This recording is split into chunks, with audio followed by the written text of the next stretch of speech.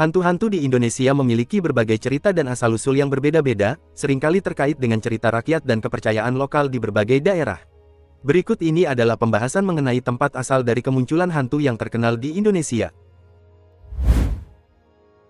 Kuntilanak, salah satu jenis hantu yang banyak ditemukan di berbagai daerah di Indonesia ini memiliki kisah tersendiri dengan kota Pontianak. Konon, pendirian ibu kota Kalimantan Barat tersebut tak lepas dari hantu yang kerap digambarkan sebagai sosok wanita berambut panjang nan mengerikan ini. Menurut buku asal-usul kota-kota di Indonesia tempo dulu, yang ditulis Zainuddin HM, hantu kuntilanak disebut selalu mengganggu Sultan Syarif Abdurrahman Al-Qadri. Ia adalah sultan pertama kerajaan Pontianak. Alkisah, Sultan Syarif saat menyusuri sungai Kapuas kerap diganggu kuntilanak. Ia pun melepaskan tembakan meriam untuk mengusir hantu itu sekaligus tempat jatuhnya meriam menandakan lokasi kesultanannya didirikan. Sejumlah tembakan dilepaskan dan akhirnya berhasil mengusir kuntilanak dari hutan yang kemudian menjadi tempat-tempat penting di kota Pontianak tersebut. Warga lokal sering menyebutnya dengan nama hantu Puntianak. Nama Puntianak merupakan singkatan dari perempuan mati beranak. Sosok kuntilanak digambarkan dalam bentuk wanita cantik berambut panjang. Kuntilanak senang meneror penduduk kampung untuk menuntut balas. Konon, ia juga senang menyantap bayi dan melukai wanita hamil. Cerita tentang hantu kuntilanak juga ada di berbagai daerah di Indonesia. Dikatakan bahwa sosok hantu ini suka menampakkan diri dan mengganggu. Tak hanya itu, kuntilanak juga bisa menyerupai orang yang kita kenal, seperti orang tua kita, pasangan kita, dan orang-orang terdekat. Kuntilanak konon menyukai pohon tertentu sebagai tempat bersemayam, misalnya pohon pisang, pohon bambu, dan juga pohon waru yang tumbuh condong ke samping. Si Manis Jembatan Ancol. Cerita hantu Si Manis Jembatan Ancol merupakan salah satu cerita rakyat yang terkenal di kota Jakarta. Konon, hantu penunggu jembatan Ancol ini bernama Arya. Ia juga dikenal dengan nama Mariam, atau Maria oleh warga ibu kota. Dahulu, Arya adalah seorang warga pribumi yang kerap mencari kayu di kawasan Ancol. Pada masa sekitar 1860, kawasan Ancol di pesisir Jakarta Utara itu masih banyak terdapat rawa, hutan dan semak belukar. Di tempat ini juga berdiri bangunan villa-villa tempat berwisata bagi orang Belanda. Suatu hari, ketika sedang mencari kayu bakar, Arya didatangi oleh dua preman yang hendak memperkosanya. Arya meninggal akibat sabetan golok dari preman tersebut saat berusaha melepaskan diri. Preman itu kemudian membuang jenazah Arya ke laut. Konon, arwah Arya atau Mariam menjadi arwah penasaran. Beberapa orang mengatakan bahwa mereka kerap melihat arwah Arya berdiri di jembatan Ancol. Kisah itu lalu diceritakan secara turun-temurun sampai sekarang. Leak. Leak Bali adalah makhluk gaib dalam mitologi Bali yang diyakini sebagai manusia yang mempelajari ilmu hitam, atau pangiwa. Menurut kepercayaan masyarakat Bali, leak bisa berubah wujud menjadi binatang, bola api, atau bahkan sosok menyeramkan seperti wanita dengan lidah panjang dan gigi tajam. Mereka sering muncul di malam hari, terutama di kuburan atau tempat-tempat sepi. Kata leak sendiri berasal dari bahasa Bali yang berarti penyihir atau dukun jahat.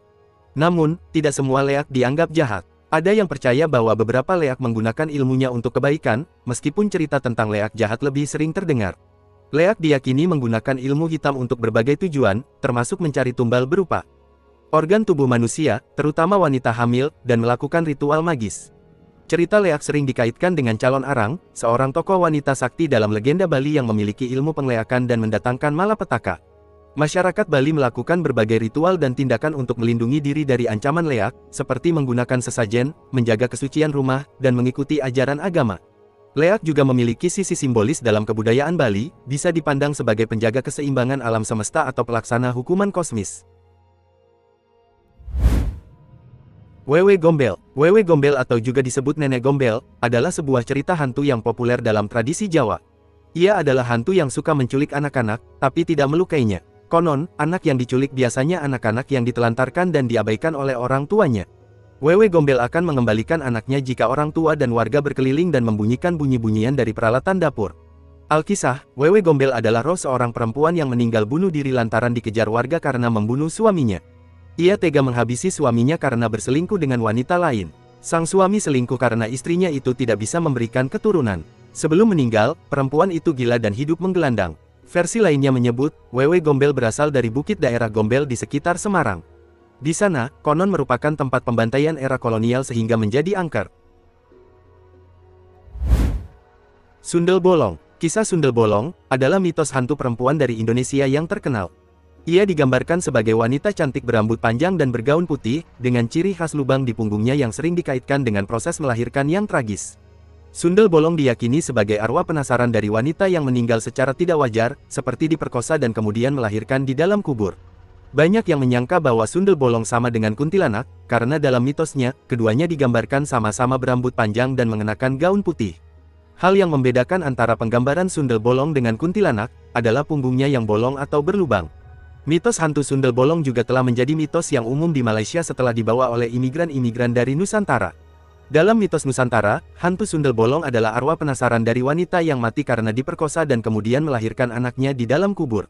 Sundel bolong sering dikaitkan dengan tindakan menculik bayi, terutama yang baru lahir, dan sering mengganggu orang di tempat-tempat sepi. Menurut mitos, sundel bolong sangat malu dengan lubang pada punggungnya, dan selalu berusaha menutupi dengan rambut panjangnya. Hantu sundel bolong dikatakan sering menjelma sebagai wanita cantik yang berjalan seorang diri di jalan yang sunyi. Ada dugaan bahwa, mitos ini dahulu diciptakan dan disebarkan di Nusantara, untuk menghindarkan wanita yang berjalan sendirian saat malam hari di pedesaan dari gangguan laki-laki yang berniat jahat, terutama untuk memperkosa. Kuyang. Cerita tentang hantu Kuyang sangat populer di Pulau Kalimantan. Hantu ini berwujud wanita, ia bisa melepas kepala dari bagian tubuhnya dan terbang bersama organ tubuhnya seperti jantung, hati, usus dan ginjal. Kuyang memiliki dua gigi taring di kiri dan kanan mulutnya, yang digunakan untuk menyantap mangsanya. Kuyang biasanya mencari mangsa pada malam hari. Dalam mengelabui korbannya, Kuyang bisa berubah menjadi seekor burung atau kucing. Kuyang biasa mendatangi seorang perempuan yang hamil besar dan memakan janin dalam perutnya. Selain di Kalimantan, makhluk ini juga dikenal oleh orang Sumatera yang disebut dengan palasik. Genderuwo adalah mitos di masyarakat Jawa tentang sejenis bangsa jin atau makhluk halus yang berwujud manusia mirip kera, yang bertubuh besar dan kekar, dengan warna kulit hitam kemerahan, tubuhnya ditutupi rambut lebat yang tumbuh di sekujur tubuhnya. Genderuwo dikenal paling banyak dalam masyarakat di Pulau Jawa. Orang Sunda menyebutnya Gandaruwa, dan orang Jawa umumnya menyebutnya genderuwo. Habitat hunian kesukaannya adalah batu berair, bangunan tua, pohon besar yang teduh, terutama pohon beringin, atau sudut-sudut yang lembab, sepi dan gelap. Menurut mitos, pusat domisili makhluk ini dipercaya berada di daerah hutan seperti Hutan Jati Cagar Alam Danalaya, Kecamatan Slogohimo, sekitar 60 km di sebelah timur Wonogiri, dan di wilayah Lemah Putih, Purwosari, Girimulyo di Kulon Progo, sekitar 60 km ke barat Yogyakarta, dan juga Gunung Ratu Lamongan. Pocong. Pocong adalah hantu yang dikenal dalam cerita rakyat Indonesia, khususnya di Jawa dan Sumatera. Hantu ini digambarkan sebagai sosok yang terbungkus kain kafan, menyerupai mayat yang baru saja dikuburkan. Pocong diyakini berasal dari arwah orang mati yang terperangkap dalam kain kafan mereka.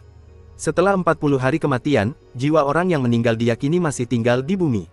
Jika ikatan kain kafan tidak dilepas, mayat tersebut bisa bangkit dan meminta bantuan untuk melepaskan ikatan tersebut. Setelah ikatan tali dilepaskan, maka jiwanya lebih tenang dan meninggalkan bumi.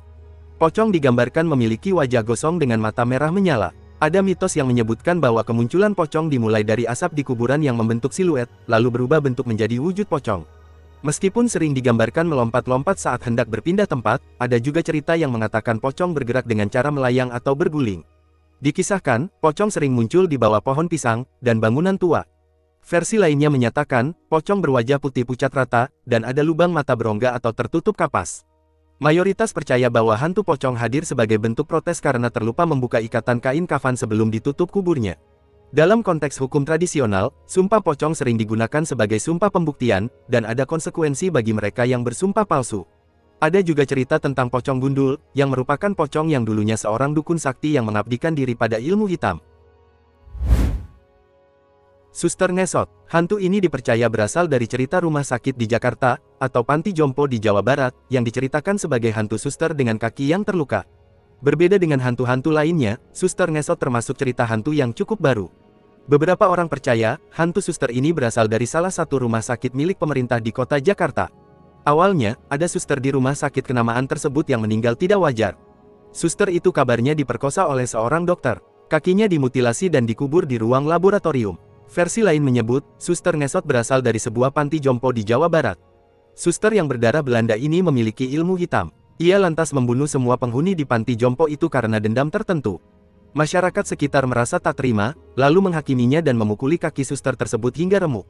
Kisah Suster Ngesot juga telah dibuat film, yang dirilis pada tanggal 10 Mei tahun 2007. Film ini ditonton oleh 768.645 penonton pada masa penayangannya di bioskop, dan menduduki peringkat kelima dalam 10 besar film Indonesia terlaris tahun 2007. Tuyul adalah makhluk halus dalam mitologi Jawa, yang dipercaya berwujud seperti anak kecil, berkepala gundul atau botak, dan memiliki kemampuan untuk mencuri uang. Cerita tentang tuyul sering dikaitkan dengan pesugihan, yaitu praktik mencari kekayaan secara gaib. Orang yang memelihara tuyul biasanya menginginkan kekayaan dengan cara instan tanpa perlu bekerja keras. Namun, ada konsekuensi yang harus ditanggung, seperti tumbal atau musibah yang menimpa keluarga. Dalam cerita rakyat, tuyul dipercaya berasal dari roh anak kecil yang meninggal dunia secara tragis atau tidak mendapat penguburan yang layak. Seorang dukun dipercaya bisa membangkitkan roh tersebut melalui ritual tertentu, dan menjadikannya pelayan gaib. Tuyul dianggap sebagai entitas yang manja, dan membutuhkan perhatian khusus dari pemiliknya agar tetap patuh. Dalam cerita, tuyul tidak bisa membaca atau menghitung, sehingga hanya bisa mengambil uang fisik yang disimpan secara langsung. Banyak cerita tentang orang yang memelihara tuyul untuk mendapatkan kekayaan dengan cara instan. Namun, ada juga cerita tentang orang yang tertipu dengan pesugihan tuyul, bahkan mengalami dampak buruk seperti kehilangan orang yang dicintai atau mengalami musibah. Beberapa cerita menyebutkan tentang orang yang berhasil menangkap tuyul dan mengetahui siapa pemiliknya. Banyak urban legend juga mengenal berbagai macam bentuk hantu, yang biasanya terkait dengan riwayat sebab akibat kematian orang yang menjadi hantu. Meskipun bukan merupakan hantu, beberapa bentuk makhluk supranatural dikenal pula dalam mitos masyarakat, yang dianggap sebagai cara seseorang dalam menempuh ilmu tertentu atau mencari kemuliaan. Itulah pembahasan mengenai tempat asal dari kemunculan hantu yang terkenal di Indonesia. Terima kasih sudah menonton video ini, semoga informasi ini bermanfaat bagi Anda, dan jangan lupa untuk menonton video yang lainnya. Sampai jumpa lagi.